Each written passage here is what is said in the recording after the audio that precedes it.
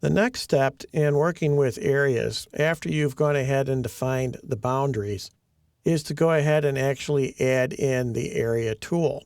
The area tool is very similar to the room tool at this point. But with a room tool, you can just go ahead and do it. You can't use the area tool until you have the other two options done. In other words, we had to do gross building and rentable, and we had to come up with the areas that we want to define. So in this case, you notice that the office here is indicated and down here as well. So what we're going to do is go up to the area tool and pick area. Now, when you pick area, this looks very similar to the room elements tool. You can have tags on placement or not. If you're not sure what you're going to call the area yet, you don't have to place a tag. We'll keep it on for this one, and we'll come over here and we'll kind of zoom in. And if you notice, same thing. It's looking for basically an area location. So in this case, we're going to go ahead and click here. Then we'll come over here and click here. So now you'll notice that after I hit modify, that those two areas have area tags in it. Now, again, you can change this view. If you type in VG and you go look at areas, you can put on interior fill. And when you press OK, the interior fill will show, and that will tell you basically where you're working. And it's usually kind of nice to be able to have that in there. Also, we are working currently on the area plans rentable first floor version. So basically, we're using that for our work. We're going to take a look at the area that we just went ahead and created here. I'm going to click on this and go over to properties. Now, right now, it's just called Area 2, which we can go ahead and change. We can change this to offices by coming over here where it says area, and we'll just type in offices, or if you have any list there, we can use that. And we'll just come in and change this. And the thing that's really important is area type. Area type is going to kind of define what this grouping of rooms is. In this case, we want to define it as office area. Now, some of this, if you notice, is coming off of what we've already established in schedules. So we're going to hit that and then hit apply, and you'll see offices are there. We'll come over here and find again the cross, pick that, and we will again name that offices as well.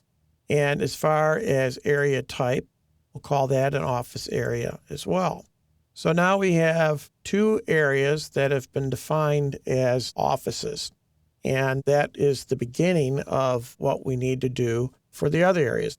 Other areas like conferencing, we would go ahead and draw basically a boundary to come through here and make, again, the entire office area, conference area, lobby area, whatever the areas are going to be, and then you'll have another full plan.